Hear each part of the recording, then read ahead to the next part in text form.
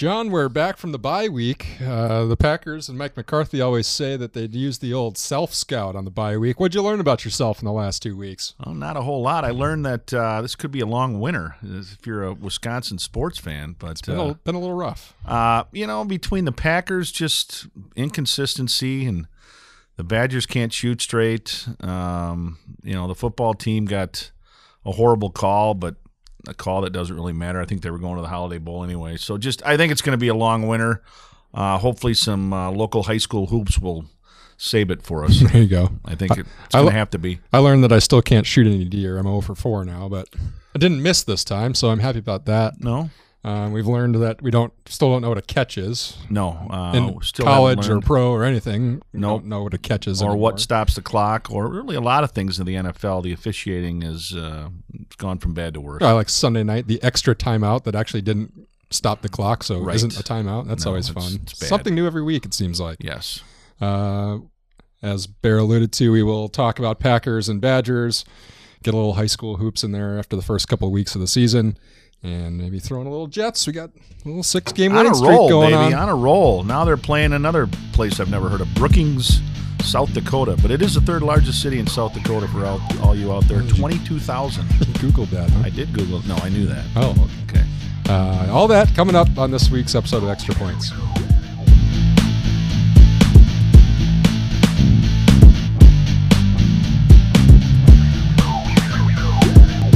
What's up, everybody? Welcome back to Extra Points after a little bye week off for Thanksgiving. We're back with you. Hope you had a good holiday. This is sports writer John Barry. I'm Gazette sports editor Eric Schmolt. And this is our show where we just talk sports, sit down, and usually weekly, just talk about what's going on. Mostly a lot of rambling going on. Yes. I did learn the last couple of weeks people actually watch this show, so that's good. Got a couple viewers out there. I mean, the amount of awards we've won, I can't see why you wouldn't, really. I think a regional Emmy is on the way. I think a lot of things are on the way. What's on the way for the Packers is another Thursday night game. It feels weird to see them play 2 Thursdays in a row, but here we are. They get the Lions on the road Thursday night football. You think Devontae Adams caught the flight to Detroit because he couldn't catch anything else?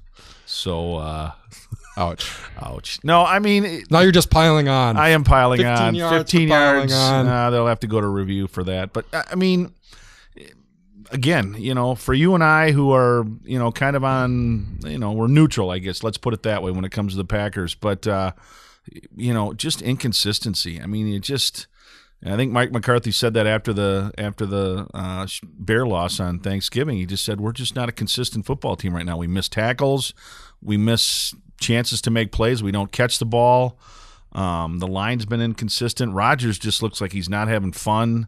How can they be this bad? It's just the pieces are all there, it seems like. Maybe things are catching up to him. And I hate to say it's, it always goes back to Jordy Nelson. You can't blame everything on Jordy Nelson. I mean, it doesn't seem to bother the Patriots, although they did lose their first game. But at the end of that New England-Denver game Monday night, Sunday night, I didn't know anybody that was playing in the skill positions for New England. I didn't know any of those guys.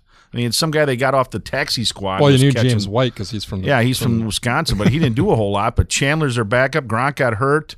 Amendola's out, and I mean, it's that who's up next, and they've seemed to find a way to get it done. But I think in the case of the Packers, it's just things are snowballing right now, and they're going to be in trouble Thursday night. I'm sorry, but I know Packer fans don't want to hear that. But the Lions have played better; they've won 3 in a row, and their defense is really playing well, and they're going to get after Rodgers on Thursday. And the Packers haven't played very well in Detroit over the last couple of years, so. I mean, I think they got blown out a couple of years ago. So, but they have to win this game, don't they? I mean, this would be 4 losses in 5 weeks. I think they have to in the sense that or 5 and 6. Minnesota's got a tough schedule left, and it comes down to Minnesota and Green Bay that last week. Where the Packers have to beat them. They beat them the first time, and I think at Lambeau they would feel pretty good about themselves. But, boy, they're coming off a loss to Detroit at home, a loss to the Bears at home. Just things that you just don't see happening, especially after they started 6-0. And even when they lost their 2 games on the road, they were both to undefeated teams. You still thought, okay, they got the Lions, they got the Bears, and they got the Vikings coming up. They're going to get well. They're going to run away with that division. And like you said, now they've lost 4 of their last 5, and I don't think anybody saw that coming. And now they have to I mean, they got to win this game just to make sure they're still in the division and they've got to find a way to get to the last game of the season against the Vikings and make that for the division, really, so that they can try to get one of those top 4 seeds. Right. And if you keep losing games, eventually you're out of that wild card mix. The NFC is only going to have one team come out of there, but Seattle's playing better. You got Seattle and Arizona are likely to come out of that division. Carolina's kind of running away with theirs, but the Packers start losing any more games, and do they not make the playoffs? I think they're still firmly in the playoffs. I can't see them not, just because there's so many bad teams. The NFL is horrible this year. It is. Yeah, it is. I mean, it seems like there's no front runner to win the Super Bowl, but I can't see more than 5 or 6 teams that you could argue for that can win it. So right, but if we would have said a month ago, or a month and a half ago, after a 6-0 start, that the Packers would be 7-4, you would have said you're crazy. So I don't know. I mean, I guess you keep waiting for them to just turn things around and pull things together, which I think they did against Minnesota, but then they just reverted back to those bad habits against the Bears. And on a night when you retire Favre, Bart Starr comes out and you've got 3 Packer greats, and yet when Aaron's got a chance to win the game, he can't. And I wonder if a part of Favre was a little giddy about that. You think? I kind of liked him in the booth. What did you think of Favre? Yeah, I mean, it was a neat night. I mean, for a fan like me of just the game, to see Starr and Favre on the same field and embracing, and Bart, who was on death's doorstep 6 months ago, and now he's looks like he's at least was able to get there, and he was out in the rain. Exactly. I mean, that said a lot, and just the whole atmosphere of that night was pretty special, but obviously not the way the Packers wanted that game to end. You mentioned Devontae Adams. I think I'm the only one in the camp that says you just got to keep throwing in the ball. I mean, it's not like Sterling Sharp is coming onto this team. If they're going to go anywhere, they need Adams to figure it out and to build his confidence back up, and you're not going to do that by benching him or stop throwing to him. But at what point does Janis get more looks? I mean, he's been good on special teams. I think he's reliable, and he's got enough speed where he could maybe give you a little deep threat. I just think they've got to try something. Cobb's not getting open. James Jones, you can tell now why the Raiders and Giants cut him. I mean, it's pretty obvious he can't get off the line. He can't get open. And if the ball's there, he'll make a catch, but he's having trouble getting open. And he's good for like 2 or 3 highlights a game. But yeah, Montgomery is obviously a non-factor because he's not able to play. So, I mean, they got to do something. I mean, Lacey seems to have gotten his act together, but really I think it starts with the Packers. It starts with number 12, and that's Rodgers, and he just looks frustrated right now. You think they lose Thursday? I hate to say it, but yes, I do. I hope you're right, kind of. Well, I know you hope I'm right because you're a Lions fan, but I just think the way the Lions are going, and I just think right now Green Bay's they're a team in disarray right now, and they've got to get it squared away. And I don't think 3 days' time is enough to get that done. And you come off, a big Thursday night game and you lose at home, and now you got to go on the road and play what's one of the hottest teams in the NFL, and a place like you said has kind of been a house of horrors the last couple of years. I bet they win it just because this is kind of the feeling we had before the Vikings game, and we thought, oh no, everything's spiraling out of control, and they're going up against a hot team, and they're not going to be able to win, and then they won. So I think that's going to happen again. But I didn't think there was any way they lose to the Bears at home, no way at all, and that was stunning. That might have been the most stunning game of the year in the NFL for me, is Green Bay losing at home on the night they retire Favre's jersey to the Bears. Yeah, you might be right. There have been a couple of upsets, but just when you think of all the different things going on, yeah. As you alluded to, it's been kind of a rough stretch here for Wisconsin sports. It really has. Fans, obviously the football team. I don't know if we really expect them to be much better than 9-3. Like you said, that call pretty terrible. Right. They should have won that game, and they got it taken away from them. So they really should be 10-2, and it really wouldn't matter either way. And do you look at it as the glass half full, or is it half empty? I mean, they're going to go. They got a chance to go 10-3. Looks like they're going to the Holiday Bowl to play Utah, which there's worse places to be around Christmas in San Diego. And if they go 10-3 in Paul Chryst first years with basically Anderson's guys, I think I'm okay with that. And your boy Stavi, the winningest quarterback in Badger history. The best ever. I mean, he's the best ever. That's all I'm going to say. The sarcasm meter is breaking. It's just breaking. But also on the basketball court, I think we've seen I mean, since the last show, they lost to Georgetown. They barely beat VCU. They looked terrible against Oklahoma the other day. Oh, they couldn't hit water if they were standing in a boat. It was bad. I had to turn it off and just go back to the red zone. But they're so young. You had to expect some of this, but at the same time, you do have some pretty good pieces there in Bronson Koenig and Nigel Hayes that you thought would at least help you kind of stem this tide a little bit, and it's just been hard to watch at times. Well, and there's a couple things. I mean, the growing pains we expected. We knew that was coming. They're young with 8 freshmen, but things that are so uncharacteristic of a Bo Ryan team. The perimeter defense is awful. I think they lead the nation. They said teams' shooting percentage beyond the arc is the best against Wisconsin than anybody else. It's almost like 50%. That's crazy. Well, then extend the defense. Bring the defense out and guard guys instead of just letting them shoot 3-pointers all day. And the other thing that bothers me is our continual, I guess it's just, I don't know for a better word, of just horking up any shot we have. We shot so many threes against Oklahoma that were bad shots, but yet we shoot another one the next time down. Well, it's like they thought they could just shoot their way back into it like with a 10-point shot. You're going to get a 10 10 points back in one possession. It's not going to happen. And, Hap's getting stronger around the basket, but he doesn't get enough looks. Nigel's content to sit outside. Koenig, he'll let wide open looks go, but then the shot clock winds down and then he shoots an off-balance 3, and it's frustrating. And Bo talked about it, and I think you're going to see some adjustments, but let's face it, they're going on the road in the Carrier Dome, and that's not an easy place to play, and that could get ugly. Well, to me, these next 6 games really just need to be about everyone figuring out their roles, right. And that's kind of what this has all been about.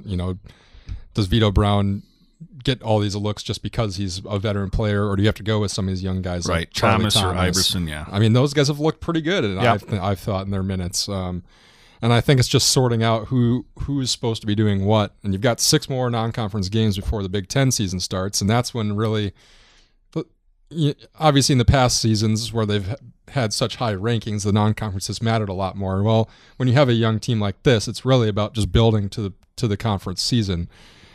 Do you think they can get that done in 6 games? Well, I mean, let's say they lose tomorrow night, Wednesday night against Syracuse. That puts them at 4-4. I believe that would be their record after that. Then you've got UW-Milwaukee. You got Temple at home on Saturday. CBS's first telecast of the year, which I wonder if they have any regrets about that. And then it's UW-Milwaukee at home, a program that they've dominated. And then a week from Saturday, you've got the big Marquette game. So you lose to Syracuse, but you can rattle off 3 straight wins at the Kohl Center. All of a sudden, you're 7-4 and probably feeling a lot better about yourselves. If they go 2-2, then things are a little different. Marquette's going to be a tough game. They've had some struggles early on, but they're playing better. Temple, certainly a good program there. And, Syracuse, I'm sure they'll be double-digit underdogs going into the ACC Big Ten Challenge on Wednesday night. So, it is what it is. But, you had talked, I think, the last program about where do you see the Badgers finishing. I think you said 4th, which would, keep their streak intact of finishing no lower than 4th. But, after watching them, especially against Oklahoma, and as good as the Big Ten's going to be from top to bottom, boy, if they could get 4th, that would be an amazing coaching job by Bo Ryan. And I still think they can, but these next couple weeks really need to be huge. Yeah, not just in terms of wins and losses, but just figuring out what in the world they're doing out there together and figuring out what the best. And I think that's what part of this has been, is figuring out the best combinations and things like that. But now it's time to really hone those things in and get the guys in there that deserve to be playing the minutes and get them figuring out their roles. And let's face it, they're not going to finish ahead of Maryland. They're not going to finish ahead of Michigan State. Iowa's playing very well. Indiana's ranked. There's 4 teams right there that you got to finish higher than one of those 4, and that's asking a lot. Purdue's not bad.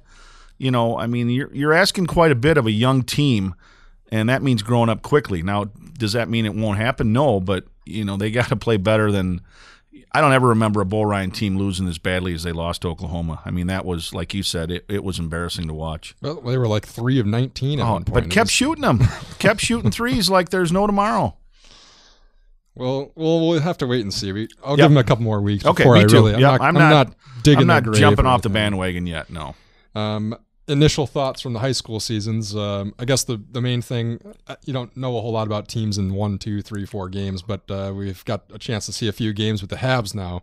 What has been your initial impressions of watching 2 18-minute halves? Well, the games that I've watched, I would say more than anything that depth is going to play a big, vital role in how teams do, because by the end of the half and the end of the games, there were some kids that were gassed, and there's no question about that. And I know we're taping this on a Tuesday, but Middleton and Parker girls play tonight, and I would be very curious, very leery if I'm the Vikings, because Middleton will bring 5 in and 5 out, and Parker probably can only go 7, maybe 8 deep, and that's about it. So it's going to have an effect. I don't think there's any doubt about it. I think for people to think that, well, it's just 4 more minutes, it adds up, because you're not getting any more timeouts. I think that the kids, the players, will eventually adapt to it. They will. And it's going to show itself more here early on, but I think as the season wears on, and I think they'll actually adapt to it a little bit better. To me, it's kind of been about the first halves, and really we've seen a lot of sloppy first halves, because there's no break there in the middle to kind of settle things down and say, okay, this is what we came in, our game plan was, we should switch to this, or we should stay focused on the game plan, and just take a break. Coaches don't want to use those timeouts in the first half, because you only get so many, and if you're in a close game and the second half's wearing on, like you said, and players are gassed, you need those timeouts at the end. And I think one thing people got to keep in mind, and the WIA is certainly going to keep track of this, is it getting out of hand as far as free throws go? I know Kylie Moe, Broadhead's outstanding senior, shot 31 free throws the first game just by herself. 19 for 31 or something like that. I mean, we haven't seen a ton of games like that, so I don't know that it really has been that bad. Nobody wants to watch that. Yeah. I mean, and I don't want to watch teams shoot 50 free throws combined. So we'll see how that goes. But I am excited. Brennan Banks is good. Brennan Banks is the Evansville junior guard is going to get a lot of looks, because all he did to open the season was score 34 against a pretty good Waterloo team, and Evansville's going to be fun to watch. The Rock Valley should be fun to watch in general. I mean, we had Ned Slocum from Broadhead get over the 1,000-point barrier for his career the other night. You got Fruin down in Turner; they're going to be good. I think that's going to be fun just to watch. I think East Troy is going to be down. I think the East Troy boys are going to be down, and I think that opens the way for Evansville to finally win that Rock Valley title. And I think another thing to keep an eye on: Craig and Parker boys Saturday night at Craig. I know it's early; it's only going to be game 3 for those teams, but. Which is a travesty, by the way. Big 8, fix that. Yeah. Go ahead. And but the fact that, Parker won their opener, it's Rockford East, but hey, a win's a win. And Craig, very impressive in their opener against Madison Edgewood. So the two city teams, meeting early, too early, but they'll play again later on in the season. So, Saturday night, not much going on. Get over to Craig High School, because it could be a pretty good game. And the girls' team's already played since the break, and that was a pretty good game. The score was maybe a little closer than the game, but really Parker had a chance to win it with the 3 at the end that just was a little bit off. Well, and if, Friday night, I believe Craig's hosting Verona on Friday. That's correct, yeah. There's a chance to watch 4 girls that are going to be playing Division I or Division II basketball. Verona's got 3, and certainly Delaney Schoenberger at Craig is going to play somewhere next year. And, the Wildcats, I think, came in 2nd or 3rd ranked in the state and just got hammered by Middleton, because they ran him out of the gym. And the Cardinals are capable of doing that, and that's what I say.